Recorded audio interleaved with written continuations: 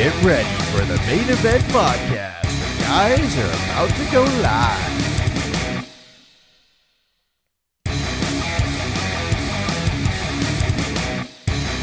Get ready for the main event podcast.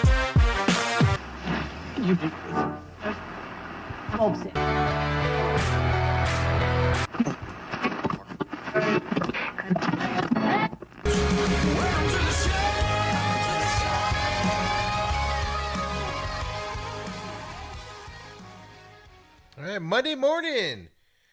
A little early today. Normally we do 1 o'clock. However, today it's 12:15-ish we're going on. Just a quick little lot of happenings this weekend in sports. Of course, I'm Stephen McCollum, the main event podcast. Adam's still under the weather.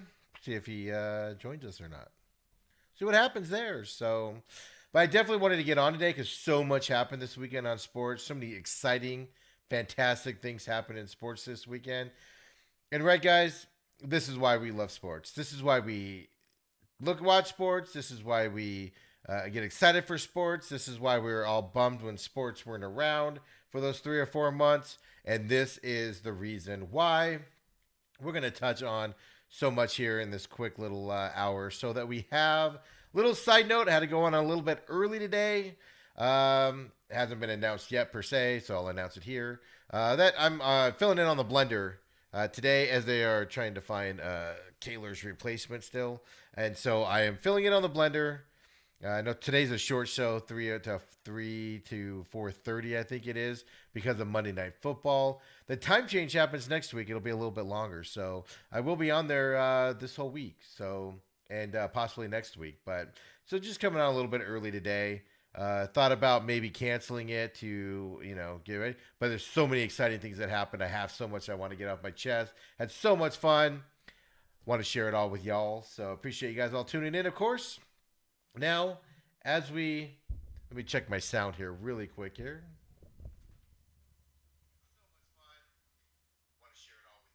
All right, perfect. We're good to go. I'd just like to double check that so I don't get halfway through the show before somebody tells me that we are down, because that would not be fun. So let's get into it. So much happened this weekend. What do we want to go first? We got college football. Got some, obviously, last night's NFL game, Cardinals. Seahawks was a fantastic game. You had the Titans and the Steelers at a huge matchup in the morning. You still have teams that are faltering, like the Cowboys just look worse and worse every week out there. You can go into college football with Indiana upsetting Penn State in controversial fashion. I'll show you that video here in a bit. Of course, though, let's go ahead and get into it. I know that game 5 happened, game 5 happened last night, and the Dodgers won that one 4-2. But just let's get back to what happened Saturday night in the Major League Baseball deal there. Before we move into anything else, because this is just amazingly bad baseball to lose the game. In case you live under a rock and you haven't seen it, of course, the Dodgers had the lead in the 9th inning, 2 outs on the mound. A gentleman, I don't think anybody's ever heard of him before, right? And the first World Series at bat, absolute nobody on the field gets an opportunity to go up there and do what, quite frankly, everybody kind of dreams about doing, right? You get your World Series at bat. You line up, get up there, 2 outs. Your team's down by 1 run. Bases, 2 guys on the, on the bases. You have a chance to knock home a run or two to at least tie the game. And if not tie the game, then possibly win it, which he ended up doing, of course. And just amazing. This is what I say this all the time. This is what I love about sports, right? With the Cardinals, we talked about Gardak. Guys you've never heard of. Guys that aren't supposed to be in these situations. These are for the big name guys. And they get their opportunities and they do something. And this wasn't all him by any stretch. The Dodgers were monumental screw-ups in this. But this is what you love about sports. Guys you don't see before. Guys that have no business being in this position. Being put in this position and coming through and doing something extremely spectacular. For those of you that, of course, live under a rock, and quite frankly, I cannot get enough of watching it It was that fantastic of an ending of a baseball game. Let's watch it again here really quick.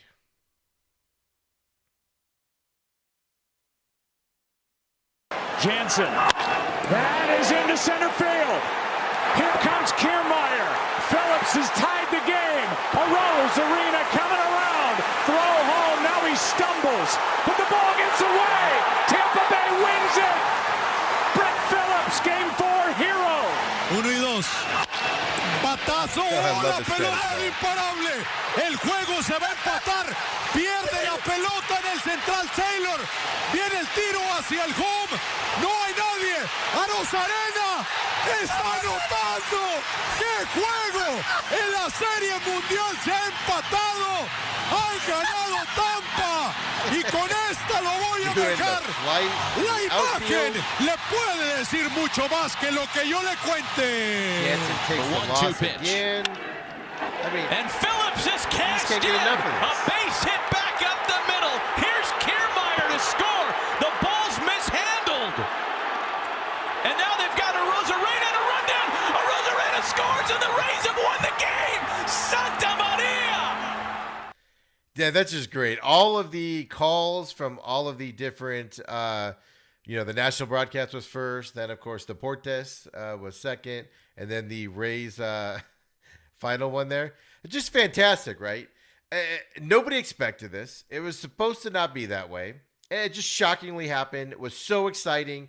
I don't care. Obviously, Dodgers fans need to be upset because that was a monumental. That is Little League baseball right there that was happening for the Dodgers. First of all, the outfielder fielding it, kicking it off to the side, then recovering, hitting a cutoff man, which fine, but you didn't need to. The guy was 10 feet from the home plate, right? 20 feet from home plate.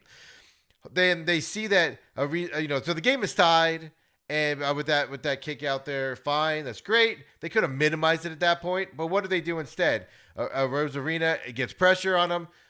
Runners in motion causes chaos. That's why you do it. I'm okay with guys getting thrown out in certain situations, putting pressure on them, make them make the play. And that's what the Rays decided to do. Rounding 30, trips and he falls. You can't even see it in that clip, but he literally trips, takes a stumble, head over heels, gets up, is in a rundown if the catcher catches it. But the catcher doesn't know that he's fallen, so he's trying to make a bang play there. Doesn't know he's fallen, misses the ball, goes off to the side. Now, Jansen took a lot of heat, the pitcher for the Dodgers, because he didn't back up the catcher. I don't think it would have mattered because it bounced off the umpire and then it went in weird spots. I think that run was scoring regardless once it was misplayed by the catcher. But just a colossal failure of baseball fundamentals by the Dodgers in that situation, and allowed Brett Phillips, a great unknown player, to get his first World Series hit. So much so, you saw him in one of those clips. He's soaring eagle out there in the outfield, just running around like a 12-year-old who did something great. It's fantastic. It's like they become children, and they're running around, and so much so that he needed an IV after the game. He had to see a trainer before he went out for the press conference where he could talk on the field. Fantastic. That is why we love sports. The unknown guy gets up there, causes chaos to happen, and like I said, it wasn't all him. But he put the ball into play, and they put pressure on the Dodgers, and the Dodgers folded, like you saw in the thing there. Fantastic. Just absolutely, it's even more so because that's Dodger haters, it's even more amazing. But I don't care who it is. That could have been any team in the league that happens. It was just a colossal meltdown by the Dodgers, great playing by the Rays, and it just worked in their favor this time. Now, what I will say on the other side of that is, yeah, that was great. Rays won that. But then, of course, quick turnaround, right, into game 5 last night, right? I get my games confused because they're playing so fast. So game 5 last night happens, and the Dodgers come out. And what do the Dodgers do immediately upon that bad loss? I mean, that was a heartbreaker of a loss. Teams can cave because of a loss like that. And what do? Dodgers go out in the first inning. Mookie Betts, I think it was an 8 foul ball play first hit there. Fouls balls off left and right, gets in there, gets on base. And the Dodgers put pressure on him immediately. Mookie Betts eventually gets hit around to score. And Dodgers take a 1-0 lead at the beginning of the game last night. Completely So what do? They could have moped around. No, the Dodgers showed up. They scored that first run in that first inning and showed that, hey, that doesn't matter what happened last night. It was a mistake.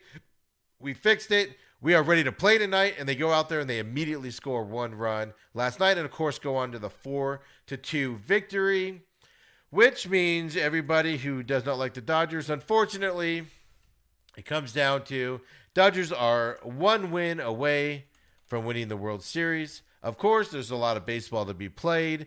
Today is an off day. Monday is an off day. And they'll go into, Game 6 tomorrow night and then Game 7, if necessary, the next night. This series isn't over by any stretch. The Rays have shown that they can stay in this series. It's going to come down to the pitching side of it. We'll see what happens there. So, Game 6 is a Tuesday, October 27th, tomorrow. 5:08 p.m. Phoenix time, 7:08 Chicago time, 8:08 Eastern, of course. Snell's going for Tampa Bay. That's one of the guys you want on the mound in an elimination game that you have to win to get to a Game 7. Snell, right? He's there. Dodgers are going to a bullpen game again, right? Kershaw pitched a good enough game to get that win last night, and now, he's now the new playoff strikeout king.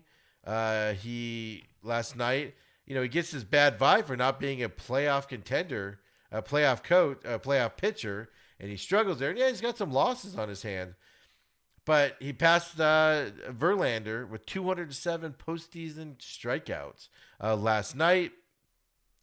And it wasn't the best game Kershaw's ever pitched, but he did strike out 6.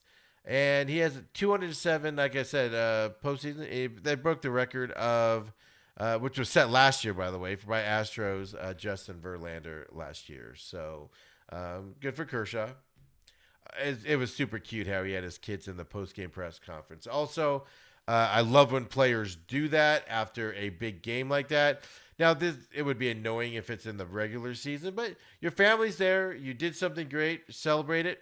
Bring your kids up on the deal, right? On the press conference. He did it professionally. What I don't like is when they get up there and they're kind of unprofessional. They're not answering the questions because they're, not paying attention. But here is, I don't have it downloaded, so I'm just going to switch over. Here is Kershaw after his Game 5 win and kind of what I'm talking about, what I enjoyed here. Let's take a look at it.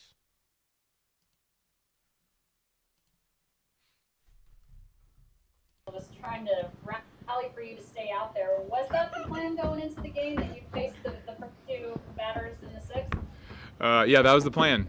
We talked about it before the inning, and even though it was just 2 pitches, which made it seem super fast, and 2 outs, nobody on, we stuck with the plan. So credit to Doc for that one.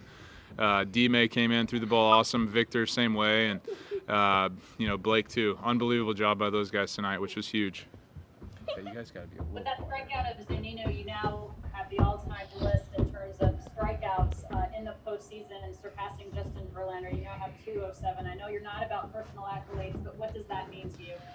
It just means that I've been on great teams that have gotten to go to the postseason a lot, and I've got to get I'm a not lot of play starts all in the postseason. 7 So, minutes of it. Obviously, a very but special opportunity. I just My kids are a enjoy little that. tired. The you can't playoff tell. victory. And she's sticking it's her head just up there. it's just a special as they thing swap out of to it. get to be a part of a Here- team like this and get to they're be a part popping of their some of heads those up in names. front of the thing. Behind the scenes, they're giggling. It's just a fun time after that. I know reporters have a job to do. I understand all that side. Next question from In this Andy McCullough. Go situation, ahead. I just think that's enjoyable. It's not all the end of the world. I understand people have jobs to do, stuff like that, but I just think that's funny and cute. I don't know. Whatever. Take my man card away. I don't care. I just think it's fun and cute. And like I said, if it's a regular World Series game or a regular season game, or he struggled a lot, it would be annoying. But just that situation, good for him. So here's the other thing a question I got, right, for the Rays. Like, I get you're trying to do things properly, right? You're trying to surprise teams on stuff, right? And things like that. Well, let's take a look at this play here as well, really fast.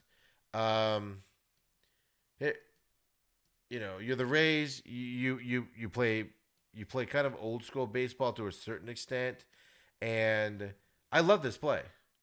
I love the attempt at this play.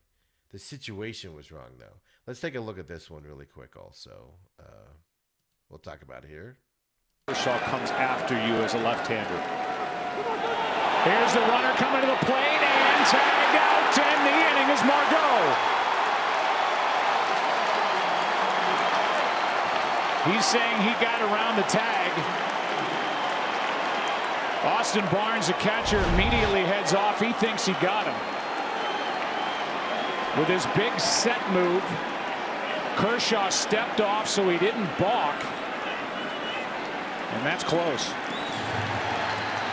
But no review.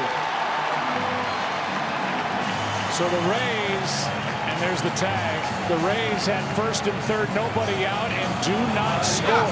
Yeah, so if you heard that What a at the job end by there, Kershaw. the Rays did not score in that inning after all of that. It was a devastating play for them, for him to get called out there, for not putting points up in that situation.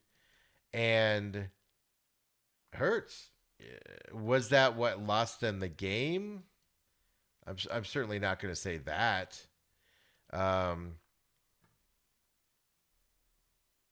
Kershaw did a good job of recognizing it, stepping off the mound so he didn't balk, right? Like I said, players in motion, make the other team make a play.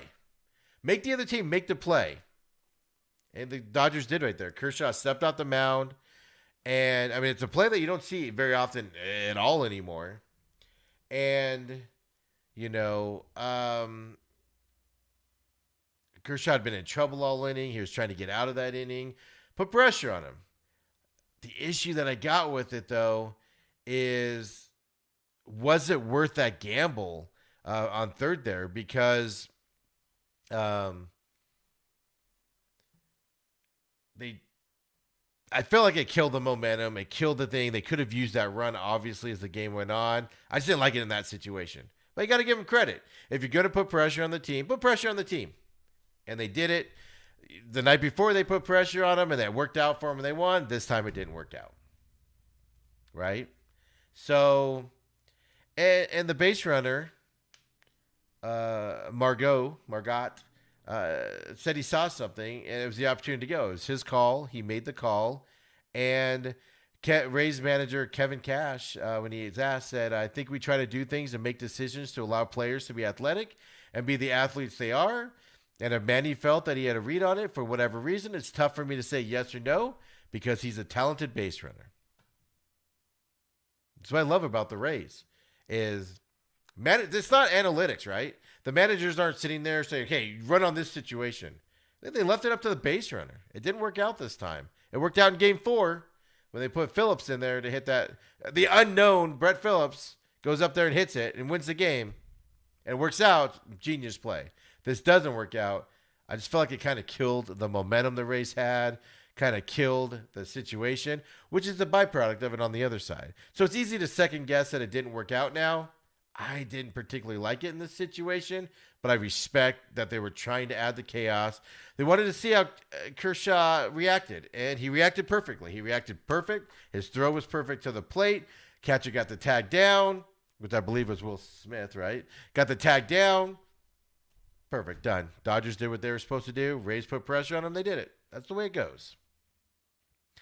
Fantastic. I mean, the ingenuity, I don't know how to say that. The things that we're seeing in Major League Baseball, especially in this series right now, is fantastic in my eyes. These guys are doing things. The Rays are putting pressure on the Dodgers in ways you don't see very often in baseball. One of the reasons that baseball is not one of my favorite sports is we don't see this stuff anymore. Right? And so when you see it now, it's even more special. And it's just great to to see this stuff happen. Put pressure on them. It works sometimes. It doesn't work sometimes. It's easy to second guess, but I'm loving it. I'm loving the strategy. I'm loving all of the thing about it and all of that stuff. So Mikkel on Facebook says, dude sounded angry. Yeah. I mean, that's just Kershaw. I'm assuming you're talking about Kershaw. That's just his demeanor.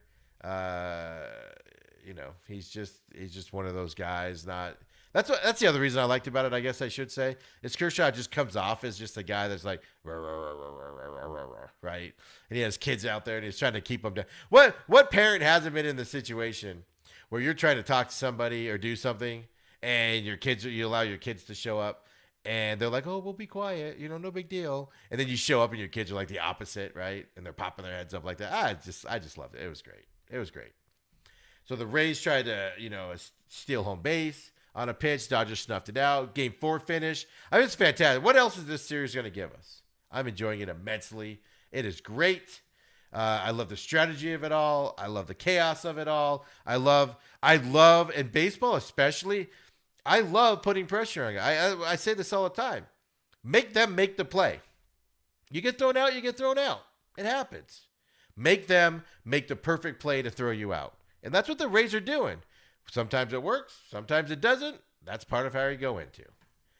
So as I said, I'm looking forward to Game 6 tomorrow night. Let's see what happens there, right?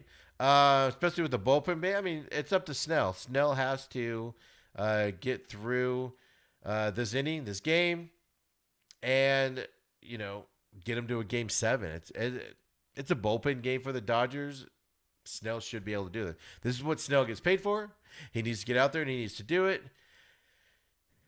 And here's the other thing. The thing that's missing for the Rays, I think, in this series is they're not getting off to fast starts. The Dodgers are. Right? Game 5. After that huge mess up in Game 4 where you thought maybe they'd come out a little sluggish, Dodgers came out quick. Mookie Betts was scoring in that first inning immediately. Boom. Mookie Betts had a really patient out bat in that Game 1 and in Game 5, first inning. Boom. Done, right? Why don't the Rays get off to a quick start like that? Let's go. Right? And not only that, they're pitchers, right? Snell can't be out of this game in 5 innings. He needs to dominate it, man. Get in there. Get 6-7 innings out of these guys. Get these guys, get in there. Keep them scoreless. That way the Rays can score. The Rays are going to score in this game. And they should score quite often, to be honest with you. So let's keep Blake Snell needs to keep him down and get him on it to force a Game 7 there. So the question is how far are the Dodgers willing to go with this? I call it the bullpen game because they're starting, a pitcher with an ERA of 9 or something ridiculous like that. How far are they going to push it? You get a 4, run lead on the Dodgers in this game. They have a game to play with. They're not going to throw out a pitcher and blow out their bullpen knowing Game 7's coming up around the corner. They'll leave a guy in there and give up some runs and everything. So push them on that. Make them, make the decision whether to use their bullpen or not. And if they don't, win this game and move on. If they use their bullpen, even better for you, right?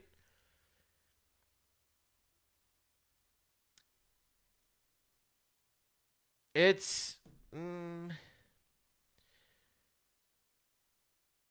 the Dodgers. I'm trying to figure out how to say this. Basically, what I'm going to say here. It seems like there's something with this Dodger team where they just weird things happen to them, right? Like Game 4's finest finish there. And I feel like they're not the polished team. I mean, Dave Roberts, even though they won last night, is taking some heat for his managerial moves. First of all, folks, Dave Roberts does not make a lot of his managerial moves. The Dodgers have an analytics nerd, I'm going to call him. They have an analytics guy that's in the dugout with the Dodgers guys. And Dave Roberts gets told what moves he's going to make. So the fact that people are coming out today and blaming Dave Roberts for some of his moves last night, it just drives me nuts because Dave Roberts isn't making those calls, guys. And they're not always the right calls. It doesn't always work out for him.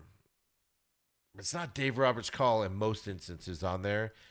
And does Dave Roberts, there's something with this Dodgers team where you don't ever feel like they're comfortable to win this game, right? Even last night, it's 4-2, and you just always wondered if the Rays were going to make a move here to get to them. And that's what I'm trying to say. I don't know if I'm saying it right. I just feel like there's something off on these Dodgers. I'm fully expecting a Game 7. Let me put it this way. If there's not a Game 7, I'm going to be sorely disappointed. Just with the lineups coming in, the way the Rays are playing right now. Dodgers had things go right for them in Game 5. They had everything going right for them in Game 4 till that end. They had things going right for them in Game 5. You try that stolen base thing in game 6, it's going to work with the pitchers they have on there. The pitchers they're going to throw out there are nowhere near Kershaw's level on that stuff. So I'm expecting a game 7. I'm going to be disappointed if there's not. So we'll see, right? So that's the World Series. This World Series is after what I called, and I've asked this question numerous times on the radio show and on here. Is this playoffs for Major League Baseball fun? Because I found it very boring for the most part. There's always some exceptions and things like that, but for the most part, this World Series is a lot of fun compared to what we saw earlier for the most of the playoffs. There are some exceptions where there were some good games that were fun to watch and things like that, but at the same time, this World Series blows everything else out of the water. I'm enjoying the strategery, as they say on that. Now, let's move along here. I'm just loving that. I could talk about Major League Baseball's World Series and what happened over the weekend so much, it's not even funny.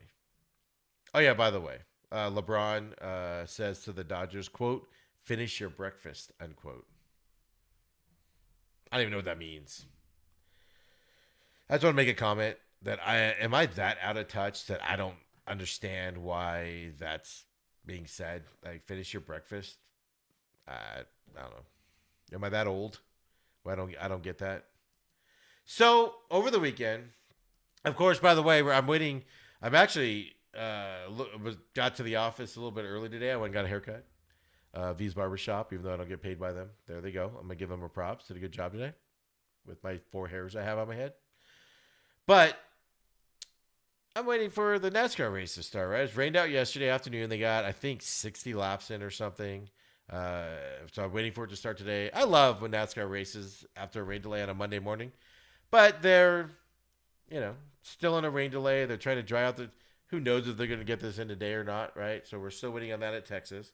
Because obviously they're in the middle of the playoffs. They're going to have to race this.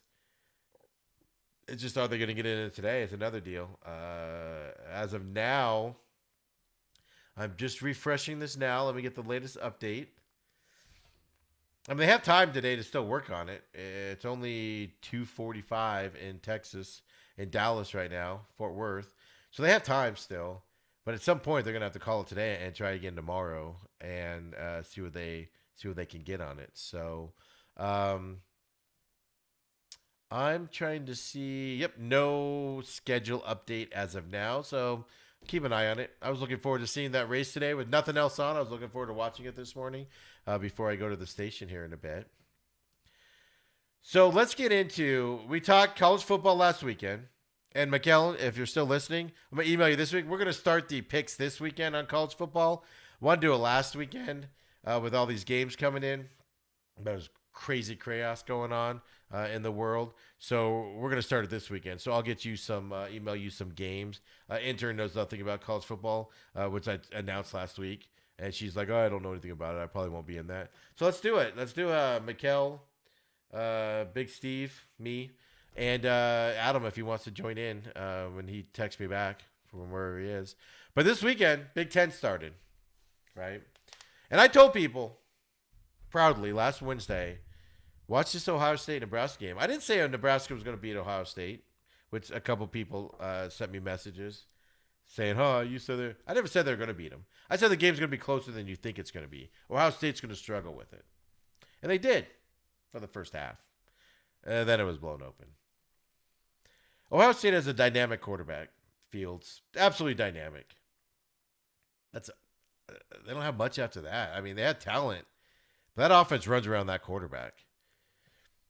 Sure, they're going to win, though. They're going to win a lot of games. They're probably going to go undefeated in the Big Ten, unless they have one of their falter things, which they like to do.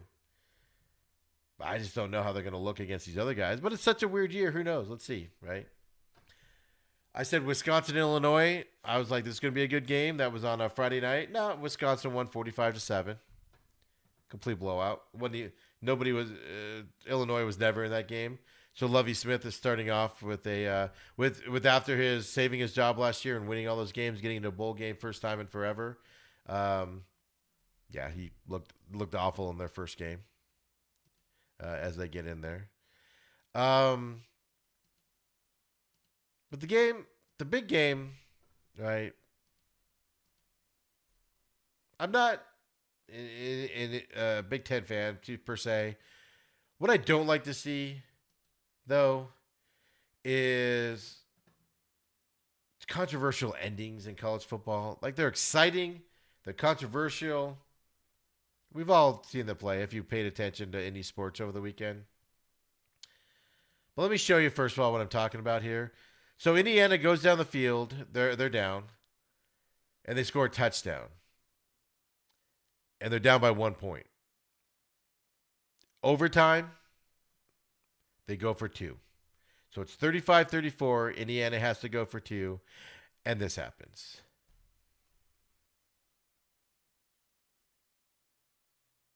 It comes down to this play. Penix steps up. Flush pass.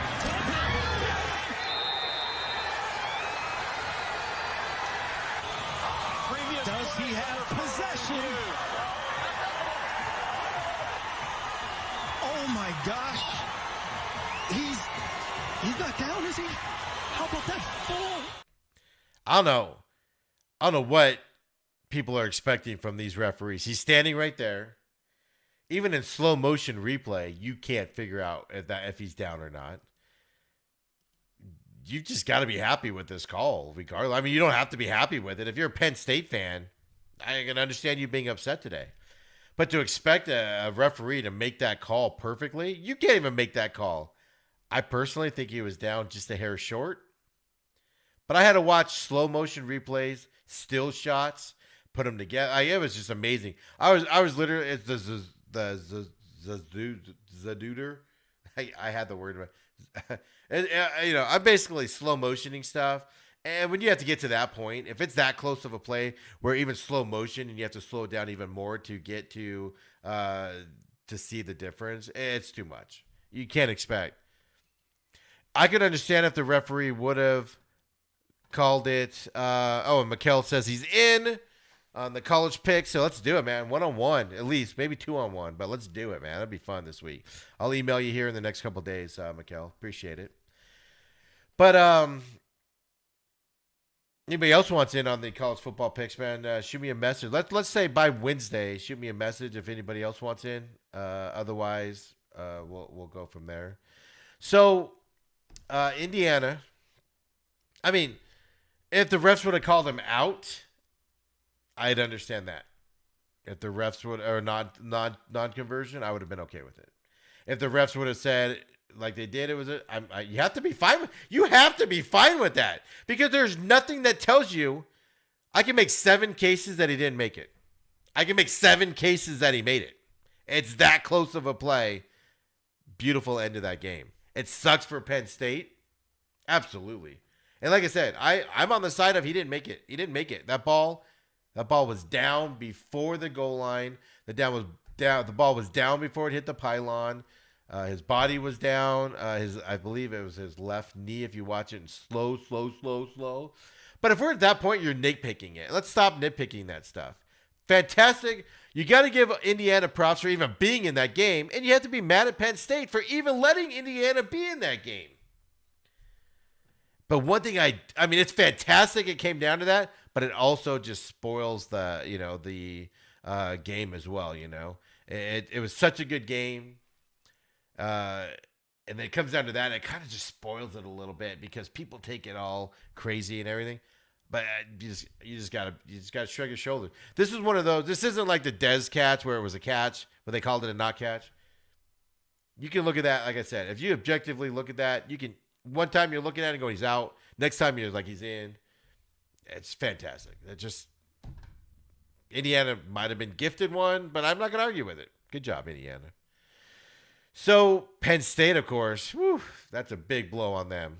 Conspiracy theorists, of course, on the Big Ten, don't want Penn State to be that good because they don't want to be able to force, against Ohio State, that type of stuff. So then so that happens this weekend. Alabama killed Tennessee. Notre Dame killed Pittsburgh 45-3. As I said earlier, I said the game would be closer than you think it will be, but a second half it wasn't. 52-17 Ohio State over Nebraska. The one I was kind of keeping an eye on, it was early morning start as well, but I was watching Ohio State, was the Iowa State-Oklahoma State, because Oklahoma State's the best team in the Big 12 this year. You know, Oklahoma's down. Texas is really down again. And Oklahoma State's their one hope to get to the playoffs. And they're facing Iowa State, which isn't a schlub team up there. You know how Oklahoma State came out 24-21. It was a closer game than I thought it should be. The one killer this weekend was, we all asked the question, is how good is Cincinnati? Nobody quite knows how good Cincinnati is. Well, they're ranked 9. They went to number 16 SMU, Southern Methodist University in Dallas. Cincinnati beat them 42-13, folks. Is it time we start talking like Cincinnati's a real team? They played APSU to start the season. Whatever. 55-20. Should have been a blowout. Then they played Army, who was ranked at the time. I think they still are, but they were ranked at the time. 24-10, they beat them. They beat USF 28-7. The Tulsa game was postponed. But then they go in at number 16 ranked SMU, 42-13. They have some tough games coming up, though. They got Memphis this weekend on Halloween. They got Houston the weekend after that. They got some tough games coming up. They still have Central Florida on their schedule here in November on there. So, but how good is Cincinnati is the question mark, right? We keep an eye on that for a team in that conference, which, is that the Sun Belt Conference? I could be wrong. You know what? I'm drawing a complete blank. Oh, American Conference. I knew that. Not the Sun Belt. So watch Cincinnati. I said BYU's the team that has the best chance to get in the playoffs with the that rule where the best ranked, non-Power 5 conference gets automatically in the playoffs if they're ranked a certain point. I said BYU is the best chance. It's looking like Cincinnati's got a pretty dang good chance to be there also. Trying to figure out how good they are. Miami, number 11, Miami barely beat Virginia. So every time Miami sounds like they're back and everybody proclaims them back, they always have a game where they struggle, but they ended up coming back winning it 19-14. BYU, where I just talked to you about, told you my feelings on them. They're ranked 12th right now. They killed Texas State, 52-14. North Carolina, Mac Brown, I said Texas fans cannot be happy to see this. Now, granted, North Carolina lost last week, but they came back today, beat ranked North Carolina State 48-21. So North Carolina, they have one loss, and they shouldn't have lost to Florida State. But that was their one loss. But other than that, they're rolling right through the ACC right now. North Carolina is. And I point out every week, how does Texas... Like I said, he had to move on from Texas. It went bad for him in Texas. It was time for him to move on from Texas. But, man, if you're a Texas fan and seeing him being successful in North Carolina right now and how bad your Texas team is, sometimes breakups sting years later, right? when things go bad on relationships, or not just romantic relationships, just business relationships or whatever, every once in a while, the other person gets ahead of you, and all that stuff. So Kansas State beat Kansas this weekend. I'm just keeping an eye on Kansas just because of who their coach is. Les Miles, of course. He's been out sick, though. I don't think he was on the sideline last weekend. So who knows? Coastal Carolina is I've seen a few of these ESPN names saying Coastal Carolina is going to make the playoffs. I mean, they beat Georgia Southern 28-14, but they're just not. The talent isn't there. Those are just homers there in the Carolinas rooting for them, right? Auburn rebounded and beat Ole Miss. Auburn had a bad couple of games. They're not that great. Oklahoma, finally. I thought this was a trap game for them against TCU. They came out 33-14 over TCU. So good for them. The team we just talked about that still has to go up against Cincinnati, Memphis. Killed Temple 41-29. This is why North Carolina sucks that they lost 31-28 to Florida State. Florida State's not a good team. They lost at Louisville 48-16. It just sucks. Here's the shocker, though, right?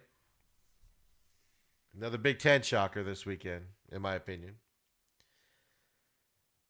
Rutgers has been god-awful horrible these last several years. Ever since Greg Schiano left them, they've been bad.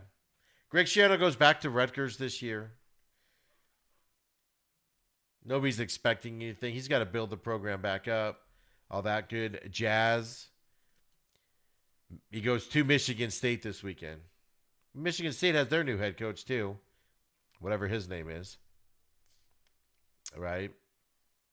I don't even know. But they go in and they beat Michigan State. And they beat them handily, folks. 38-27. Is Rutgers back? One game into the Tony Schiano second visit, I guess. Second coming of Greg Schiano. Tony Schiano. I might totally thinking of the that gangster movie or gangster TV show on HBO. Greg Schiano on there. Is Rutgers back? Kirk Ferentz in Iowa is taking a lot of heat right now for, players want him gone. Ex-players want him gone. Ex-players want money from him. He's getting beat up for bad practices in the past. People are accusing him of. I'm not up on that. I just read the headlines. I don't dig into it because I'm just not an Iowa fan by any stretch. Doesn't help your case when you've been at Iowa for as long as you have, and you go in and you lose to Purdue 24-20 right off the bat. It's not good for Iowa at all. It's not good for the future of Kirk Ferentz in that stadium and continuing to be that head coach. We'll have to see what happens on that side as we go forward, right? LSU beat South Carolina this weekend, 52-24. LSU's a bad team this year. A lot of people decided not to play, but they're still a good, solid team. They're just going to lose to the good teams this year. You're just going to have to deal with it, LSU fans. No doubt about it at that point. Northwestern, the Big Ten school in Chicago. I know Maryland's not a good team, but for Northwestern to go in there after last season with Northwestern, where they were god-awful last year. God-awful. 43-3 over Maryland. So it looks like Northwestern might be back. Or is it just Maryland's bad? Something to keep an eye on. We'll have to keep an eye on. So we're still, not this Saturday, but the following Saturday. So we're still what? Almost. So I will just say 2 weeks, even though it's a couple days earlier. 12 days away from Pac-12 school starting. This is both worrisome and it's both exciting, right? Because you're excited Pac-12's coming back. Those of us that love Pac-12 teams. But at the same time, seeing some of these Big Ten scores and what they're doing, it's a little worrisome. We'll obviously get into that as we go along there. So, as I said, here's my question, right? Michigan, which I didn't talk about them. Let me find their game here real quick. Because they played Minnesota, and it was they're both ranked. And Michigan won this game handily. Which you expect Jim Ottomato to do, right? Yeah, 18th ranked Michigan against 21 ranked Minnesota at Minnesota. 49-24, Michigan beat Minnesota. So is Michigan a title contender now by beating Minnesota, who was ranked? I think that's an overreaction. Let's see what they got a couple weeks in here, because Michigan always has those games, and then they just go, right? Michigan usually starts the season pretty well. Granted, that's against non-conference teams for the most part. This is against 21 ranked Minnesota. So is Michigan back? I'm not saying they're going to beat Ohio State this year by any stretch, but are they back? Are they going to put up more of a fight against Ohio State? We'll have to keep an eye on that as we go through, right? I mean, Michigan gained 478 yards on just 56 offensive plays. Their offense looked good yesterday, which it didn't. It had stretches last year, but it struggled, right? He's had quarterback problems there at Michigan for a while now. They're a young team by a long stretch. A lot of sophomores on this Michigan team. My favorite part was Minnesota went for a fake punt in this game, and Michigan just stuffed it. Like, not here, baby. No fake punt here. It's amazing to watch. So, Michigan's quarterback is a sophomore. Like I said, a lot of sophomores. Michigan's a young team. I think at this point, no matter how this season plays out for Michigan, to get rid of Harbaugh this year is a mistake because he's got a young team. He's got 2 more years with these guys. See what they can do. They spread the ball around. 9 different Wolverines caught passes. 7 of them are freshmen or sophomores. Young team. So I don't think this is the year they're back. But they're coming. They're young. If they can keep this together and get going, it's going to be good. So the other side of it was, Minnesota's ranked 21, but is Minnesota good? Is that an overreaction that Minnesota's that good? Minnesota's defense is atrocious. Now, granted, they were playing Michigan, but their offense is good, but they got dominated. Minnesota's defense got dominated against Michigan. Is Ohio State invincible? Every year we think Ohio State's invincible, and they always blow that one game, right? A couple years ago it was Purdue. But if they go undefeated, then they get killed by an SEC team. I will say this, because I watched all that Ohio State-Nebraska game. Now, granted, I watched some of the Clemson-Syracuse game, and Clemson didn't look good in that game. They ended up blowing them out, but they didn't look good at portions. But I didn't watch all of it. So here's the caveat, is I've seen Clemson play several times earlier this year. Nobody's touching Clemson this year. Nobody. They're that dominant. The question is, can Ohio State keep the game close if they have to play them? To do it, I don't know. We're going to have to see more. That was Nebraska. They dominated it. I will tell you, yes, Fields can throw the ball down the field. Yes, he's got receivers to catch it. But they run a lot of that offense to that quarterback, that kid. That worries me when you go one-dimensional like that.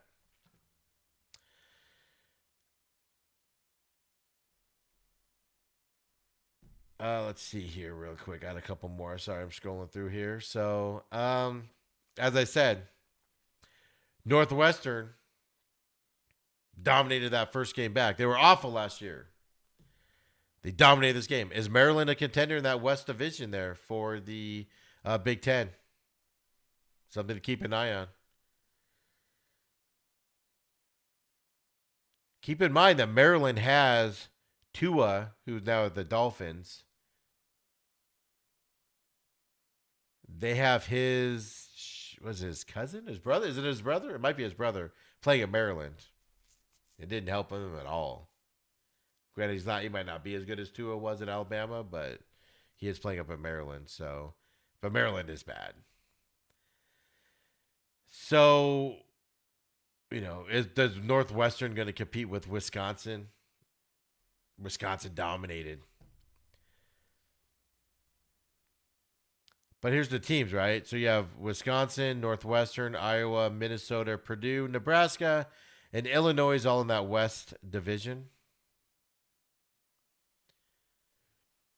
Is Northwestern better than Wisconsin? I'm going to say no, but they both dominated this weekend. You have to see more.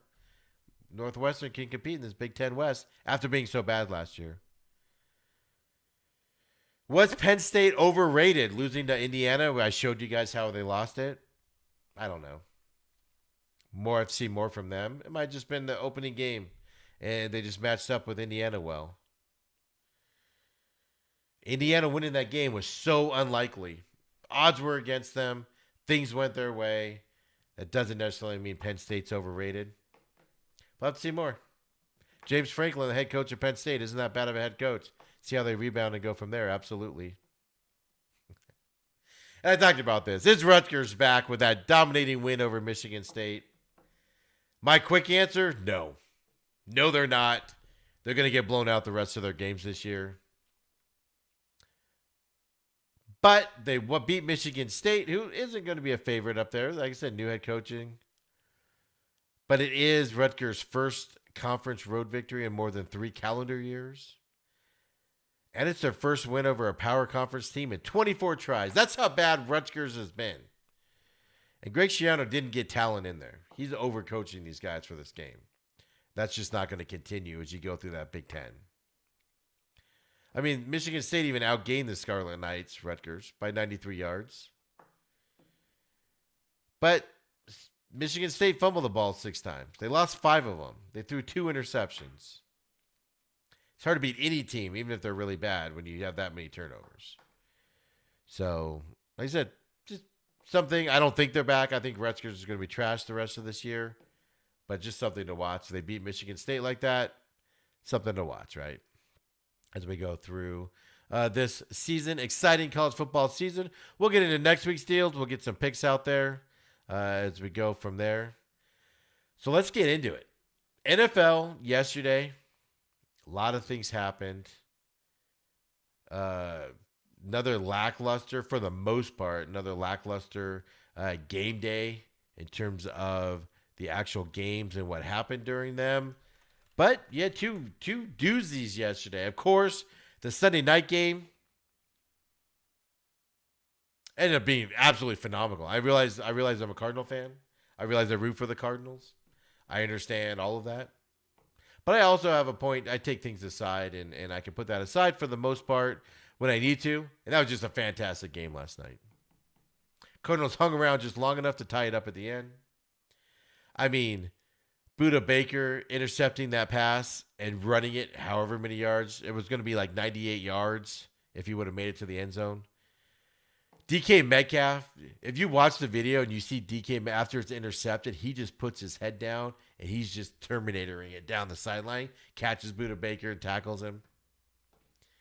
Nobody should run that fast, but nobody that big, DK Metcalf, should run that. He looked like a linebacker trekking down there to catch Budda, right? Fantastic game last night. Cardinals, of course, won in overtime. A lot of mistakes. I'll have more on my Cardinals Rewind. I've got all my notes ready. I was going to record it today since Cardinals have a bye week this week. We don't have to wait for, obviously, injury reports coming up for the future game because there's no game to preview this week.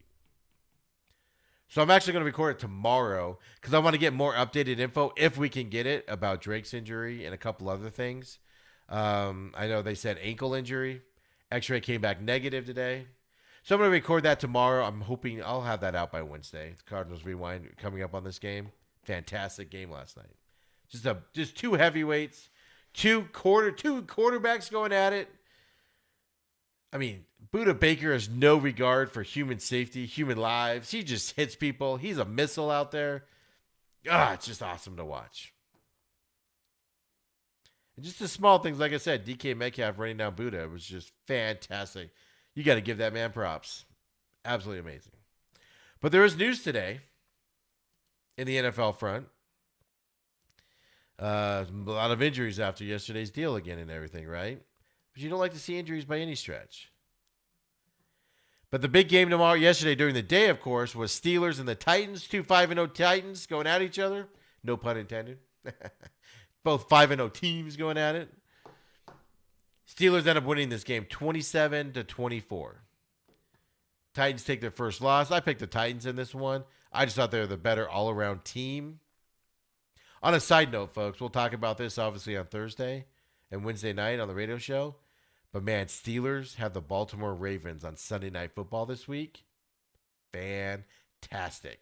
And the defensive lineman that the Ravens got, that I'm forgetting his name right now, it's hard to pronounce anyway, that the Ravens got from the Vikings is going to be eligible to play because he should be back. He should be in their room after all the COVID protocols on Wednesday. So it's going to be fantastic. If you like hard-hitting football, it's going to be the game to watch. But that's a side note, right? This game was just a battle breeder. Both teams going at it. Titans had to come back there in the third and fourth quarter. Big Ben throws an interception. Titans were down 27-7 at one point. They came back to make it 27-17, 27-24. Big Ben throws another interception. Titans missed a field goal at the end of that game. They had a big play on that drive.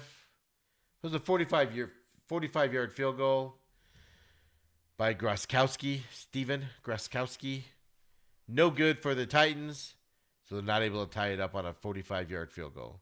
That's what I talk about when I talk about the Cardinals, and I talk about the Cardinals on the Cardinals Rewind podcast.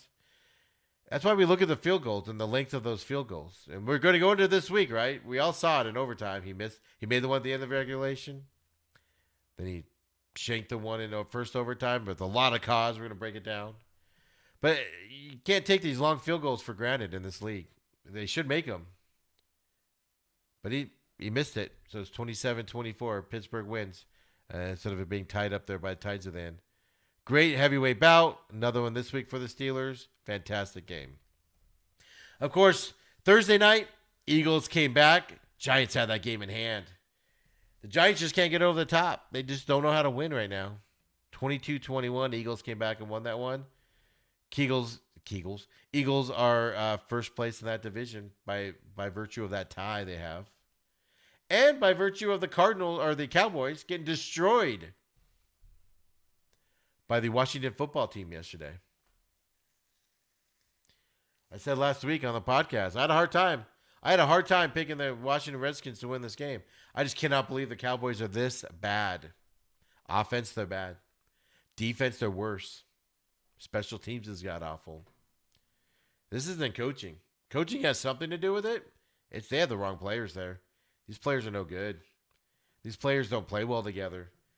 They don't want to listen. They got that star on the helmet, and they think people are just going to win. They think people are just going to bow down to them because of the Cowboys. But I want to talk about this play. I love hard-hitting football. Those of you that know me know this. I love it. I don't like most of the flags thrown on these players. Let them play. But plays like this always have bothered me.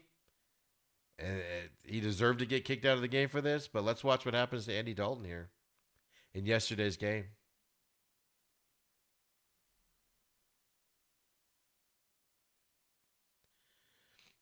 Let me redo that so it actually works this time.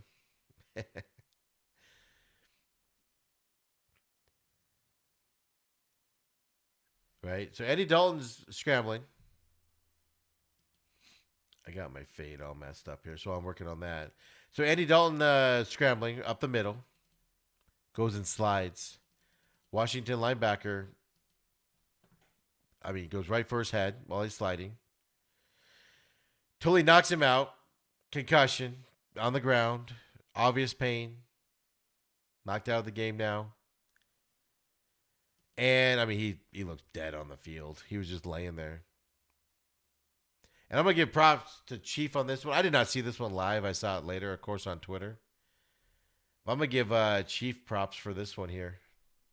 Right? He was most upset that none of the Cowboys came to Andy Dalton's defense. He told me that before I broke it down and saw, that all that stuff. And I watched the replay, so I saw this replay. Then I saw a bigger one, and I watched the all 11 today to see.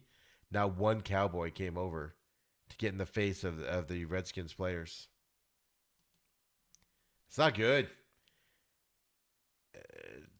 Team doesn't want to play. Jerry Jones has bigger issues than the head coach. Jerry Jones has bigger issues than, the play calling. This team just doesn't want to play. Team's giving up.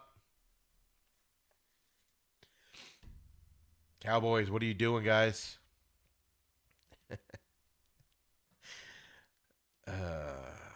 It's just brutal. It's brutal to watch. Washington looks good. Allen, I told you guys, Washington, don't be shocked if Washington doesn't win 5 games this year. They're certainly on their way there. They're going to sneak out a couple more wins. Ron Rivera just finished his cancer treatments also, so he's done with those. I think yesterday was his last, or Saturday was his last one. Might have been today. I lose track of my days.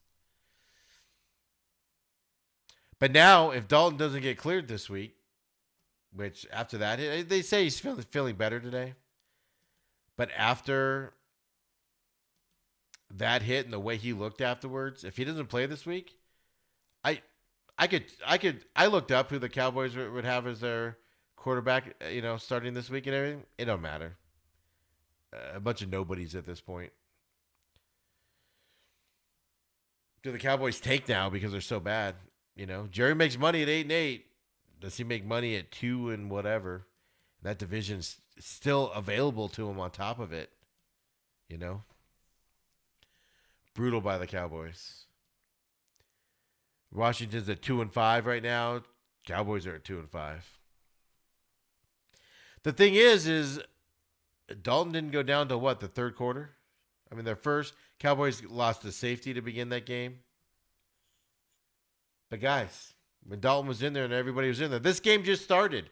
They just got their butts kicked by the Arizona Cardinals on Monday Night Football.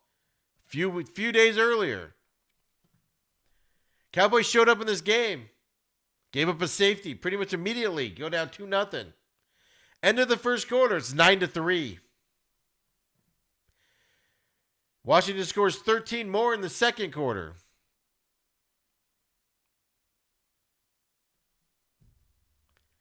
(22-3) at halftime. And then Andy Dalton gets hurt. 0-0. They give him 0 points in the third. Washington gets a field goal in the fourth. This team is quit. What do? You don't. You have to live with it now. There's nothing you can do. Cowboys are awful. God awful. Right? Other news coming out yesterday. Here, I have a big question for everybody on this one, right? Huge question. I'm not on the Cleveland Browns bandwagon, as many of you know. They have to do a lot of gimmick plays because they don't like Baker back there throwing the ball. Chubbs is out. They let John, I'm making fun of them for having Landry make some plays and everything. They sneak out a win yesterday against my boy, Joe Burrow, and the Cincinnati Bengals. So 37-34, they win.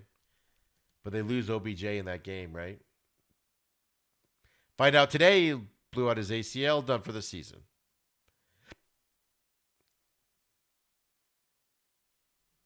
Let's watch OBJ, where he got injured at. Running after an interception. He's running to make the tackle. I have a question on this tackle here. Made the tackle on the interception thrown by Baker Mayfield. He was injured at the end of that play, kind of leaping in the air. Look at 13 here. Jumps up, and Odell Beckham has gone into the locker room. We don't know the nature of the injury, but Odell Beckham out. Do you see, anybody else see Odell when he went to make that tackle? So some people say, well, I'll play it again here in a second because there'll be a voiceover. I didn't mute it. That's my fault. Sorry, guys. But Odell, when he's running back there, and they show you the replay, you see it especially, he plants his left foot before he jumps. That might be when he does it. I'm just speculating at this point. But he doesn't even try to tackle the receiver. He, goes to the side. So he was injured when that happened. He knows something happened. Let's watch it again. And when they do the backside, not this version that's on the screen now, but when they do the replay off to the side there, just watch when he goes in there, how he plants his foot. And how weirdly he jumps and just misses the tackle altogether. It's just something weird about this as it happens. I can talk over the voice talking, but he's going to be loud. So. Made the tackle on the interception thrown by Baker Mayfield. He was injured at the end of that play, kind of leaping in the air. Look at 13 here. Jumps up, and Odell Beckham has gone into the locker room. We don't know the nature of the injury, but Odell Beckham out. So if you see the way that left leg, he planted, and then just kind of and then went up weirdly to make the tackle. Something happened in that moment. But he's out for the season. But here's my question. Are the Browns better now with Odell Beckham not playing? Now you lose a receiver talent, but all the other stuff that comes along with that. There's something wrong with the Browns. Something isn't clicking with the Browns. Even though they're winning. I mean, they're 5-2 now. But something's off with the Browns. It's not a team that's just working in one run rhythm at all. Is there something wrong with them? So do they get better with OBJ gone? It's going to be interesting to watch, right? I'm excited to see what happens. I don't root for injury. I'm not saying I'm glad he's injured. No, nothing like that. But I'm kind of excited to see what the Browns become now with OBJ gone. Are they going to get better or do they fall backwards? Does Landry with his broken ribs step up even more now? Does Baker Here's the key. I'm questioning. There's something with Baker and OBJ, man. They don't get along well. They don't play well together. Does Baker get better with OBJ out? This is going to be fascinating to watch. I cannot wait to see some more Cleveland games. Cleveland's 5-2. They're looking decently good. And the question I'm probably going to have on Wednesday night, by the way, guys, get ready for this. Who's the worst 5-2 team? It's Cardinals are there. Browns are there. A couple others are there. There's some teams that are 5-2 that you got to question a little bit. It's a pretty fascinating question, right? Lions had to come back to beat the Falcons. If you didn't see this one, Todd Gurley scores an accidental touchdown, meaning he was trying to take a knee at the 1 and he falls forward. Scores a touchdown, giving the Lions the ball back, and they go down and score. Lions were lucky to beat the Falcons. It's a victory, it's a victory, it's a victory. They were lucky to beat the Falcons. Don't the Falcons lose in the worst humanly possible way? Right? Field goal or onside kick mess up.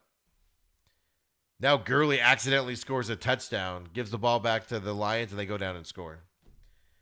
And that's fine. What drives me nuts about this is, the right play is for Gurley to go down at the 1 yard line and kill more clock, right? That's what everybody talks about. That's what you're supposed to do. He falls in the end zone, made a mistake, scores. But it's so funny how people are like, "Oh, that touchdown was the worst thing that could happen." No, what's the worst thing that could have happened, guys? Is that the Falcons defense couldn't stop jack nothing after that. Everybody needs to get off of Gurley's nuts or whatever you want to say. Because then Detroit gets the ball back. 8 plays, 75 yards in 1 minute and 4 seconds. Score a touchdown with no time on the clock to win the game. That's more egregious than Todd Gurley scoring the touchdown. I get why people are upset. I get why Todd Gurley's even saying he wishes he didn't score that. Blah, blah, blah. I understand all of that. But you are still having to play defense, and you let him go 75 yards in 1 minute and 4 seconds to score and beat you. This isn't Todd Gurley's fault, people. Everybody's blaming Todd Gurley today. Even Todd Gurley's blaming. This is not Todd Gurley. Defense needs to stop people. It's ridiculous that they're blaming Todd Gurley for this. I understand that he should have taken a knee. I understand he should have gone out on the 1, but he didn't. It didn't happen. But that defense needs to do their job and stop them. And they couldn't. It was atrocious. This is on Falcons defense more than it is than Gurley scoring that touchdown. Tampa Bay killed the Raiders yesterday. Not surprised. Raiders with all that turmoil, offensive line being, away from the team all week because of COVID lines, all that. I mean, I can't believe they made the Raiders play. They should have moved this game to Monday or Tuesday. Just give the Raiders some more time to get ready. But hey, it's 2020, whatever. Tampa Bay. Tom Brady is now back in MVP discussions with national media with his performance yesterday. They also signed AB, Antonio Brown, last week on Friday. So he'll be back this week as well as an insurance policy because, man, that Tampa Bay receiving core is beat up a lot.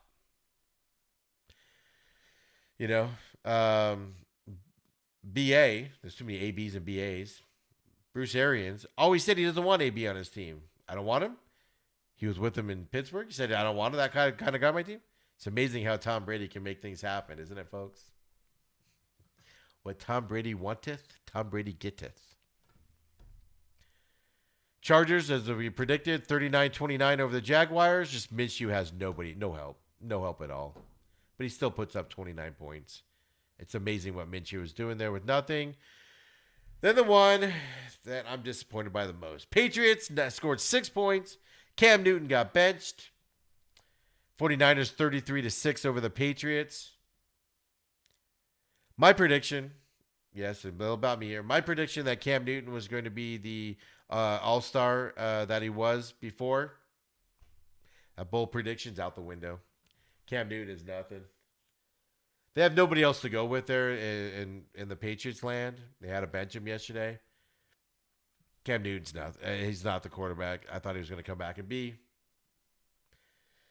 Even Bill Belichick can't work miracles when your quarterback's going to throw those balls. I mean, he was missing wide open receivers, overthrowing them, underthrowing wide open receivers, throwing the ball into the ground 5 yards before an open receiver, overthrowing a receiver by 10 yards. I don't care who you are. You don't need to be a quarterback if you're doing that stuff. And you're doing that stuff repeatedly, which is what he did yesterday. So Niners go out there 33-6. Chiefs Broncos snow game, first snow game of the year. It looked cold and miserable there, but the Chiefs win 43-16 over the Broncos. Tonight, of course, Monday Night Football. You got Bears Rams. Adam will be involved in watching this one, I'm sure. 5:15 Phoenix time. The blender today's 3 to 4:30, I think. So I'll be home in time to watch this one. Obviously, after that, run straight home, grab dinner, sit down and watch some football. I think I picked the Rams to win this game, right? I don't remember. I don't have my computer loaded up for the picks, so I'll get them all posted for the All Access crew and, of course, for the hosts and everything. So it's NFL football this week. You know, we saw Andy Dalton get murdered yesterday. They say he's feeling better today. We watched Indiana. Controversial ending to that game, but we talked about how you can't tell either way. Whatever the refs call was how it was going to stand, and you have to be happy with it. So we ran with it. We saw the World Series Game 4, and I talked about how the Dodgers put that to bed immediately on Game 5 last night where they scored that first run with Mookie Betts. Good for them. OBJ's out for the season. Will the Browns be better with OBJ out? I'm fascinated in watching this. I want to see how this goes. Absolutely, I want to see how this goes because my inclination is they're going to be a better offensive team without him there, but I want to see. I could be wrong. I'm just guessing at this point. It's just because Baker and him don't get along. It's interesting. One other quick thing I wanted to shout out on college football or college anything. By the way, John Bostic, who's the Washington linebacker that murdered Andy Dalton yesterday, he was thrown out of the game immediately for targeting, all that stuff. But he's not expected to be suspended for the hit, according to a source, an ESPN.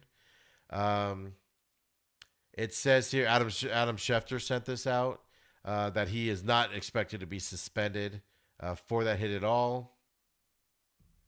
He was thrown out of the game. That was the right call in game moment. I also don't agree that necessarily needs a suspension.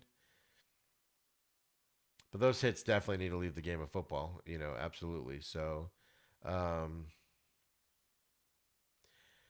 Cowboys coach Mike McCarthy said he was not pleased with the passive reaction teammates had to the Bostic hit.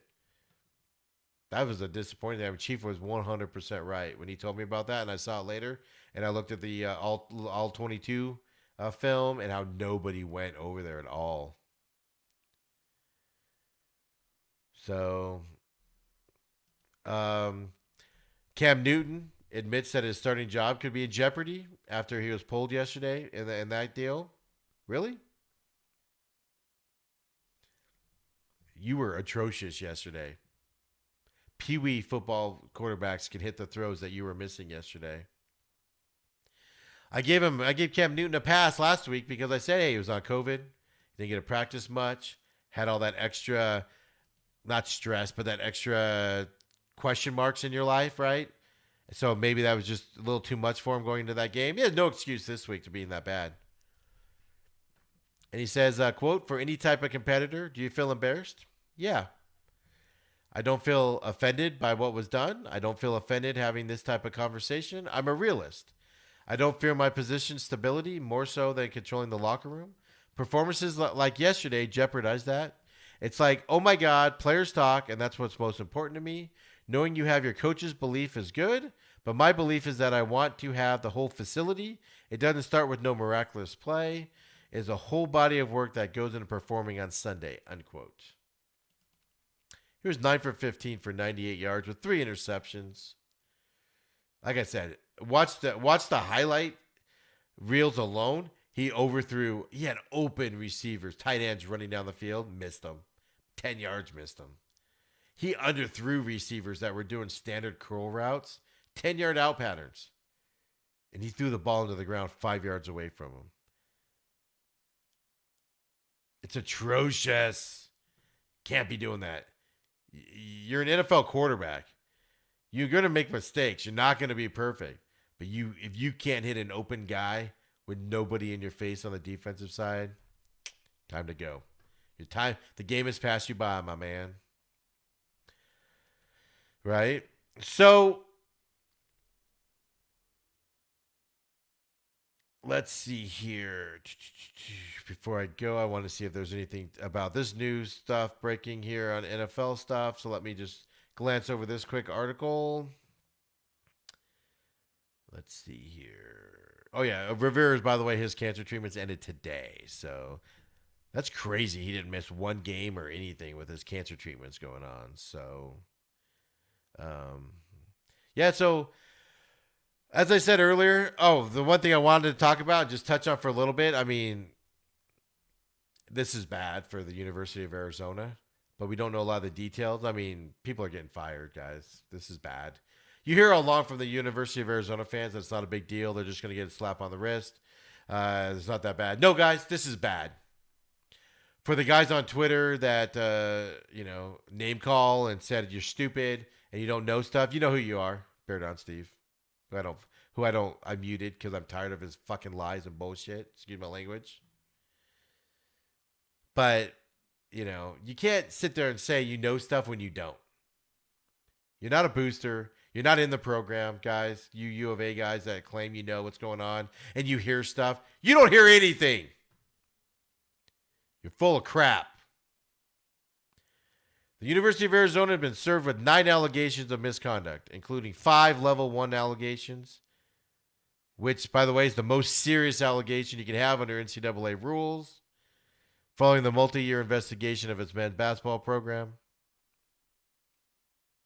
They've had this since last week. I got news for you guys. They got the official letter of notice on these allegations last week. University of Arizona has known about this and these allegations for a long time now, and they pretended like they didn't. They have known that the basketball program has been cheating, buying players, scandals for years now, and the administration and the people that do this stuff, the athletic group, knew this was coming down. They knew how bad it was, and they've ignored it. They've allowed people to say, it's not that bad. Sean Miller did nothing wrong. A couple things. Guys, it's bad. You don't get it this bad. They're in trouble. And they deserve to be. If they wanted to put their head in the sand and act like nothing was wrong, to keep making money on their basketball program. Arizona's been charged with lack of institutional control and failure to monitor. And Wildcats basketball head coach Sean Miller has been charged with lack of head coach control. That's the worst thing you can be charged with. They're basically, when you get charged with that, you're basically being told you know what's happening and you turn your blind eye. You know what's going on, and sometimes you're directing it, and you don't do anything about it. That's what that charge means. To make it into simple terms. The athletic department knew. Sean Miller obviously knows. They try to blame that guy that was on the FBI. I think that's going to jail. Booker or whatever his name was, that coach. They're having a special meeting of the Arizona Board of Regents. It's scheduled for today. See what comes out of that. People are getting fired. And if they don't, it's a joke. Sean Miller's been out there literally in press conferences saying he knows nothing about this stuff when the NCAA just said you did. The Board of Regents know. The president of the university knew. And they all pretended like they didn't know. They all pretended like nothing was wrong. All to win some basketball games, which they weren't even doing that well in either. So enjoy your sanctions, you Arizona. For everybody saying, they're just going to get slapped on the wrist. Guys, this is bad. And to say anything other than bad, you're lying to yourself.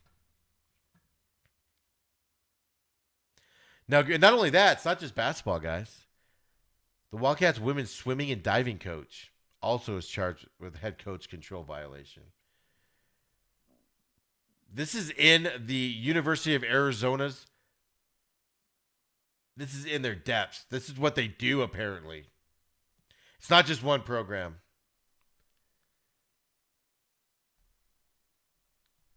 And that brings up the next question. If you're cheating this badly and you're not that good and you're not winning championship, Kansas cheated just as bad as you. Man, they may get a lot farther in the NCAA tournament than you do. Louisville, just as bad as you. And they're making better basketball decisions than you are. If you're going to cheat, at least win. At least make it farther. Right?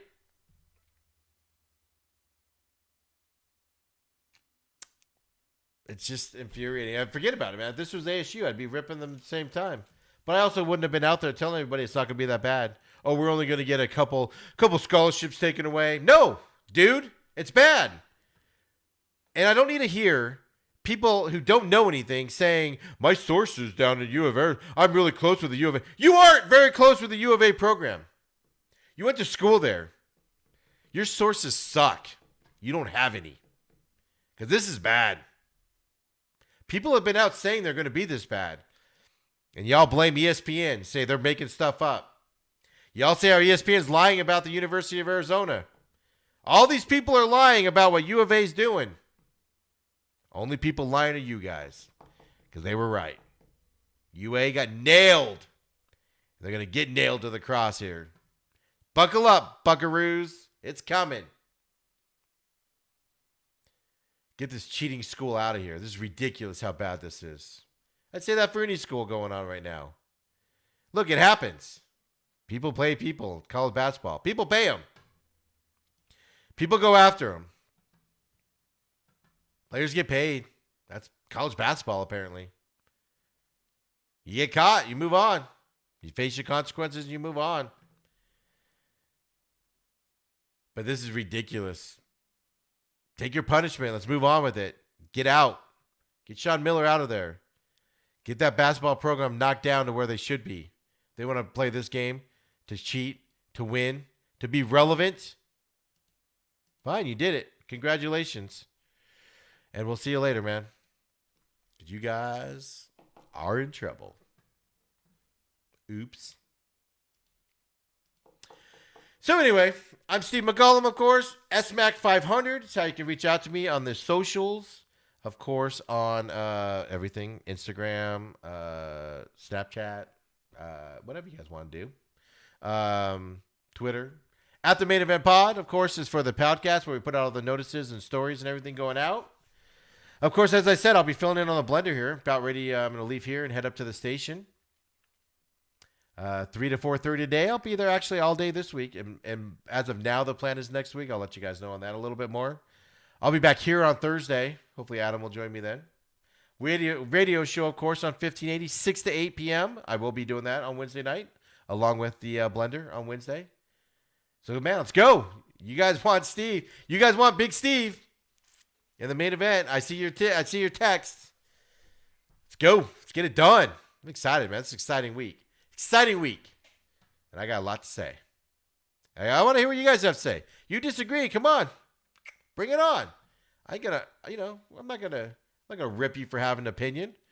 I might tell you how you're wrong. And then you're going to tell me how I'm wrong. And then I'm going to tell you how you're wrong. And then I'm going to put a picture of a dumpster fire on your thing, laughing at you. But it's all in fun, guys. I don't take that stuff seriously at all. Let's do it. All right, guys. See you on the blender here in a bit. Next time.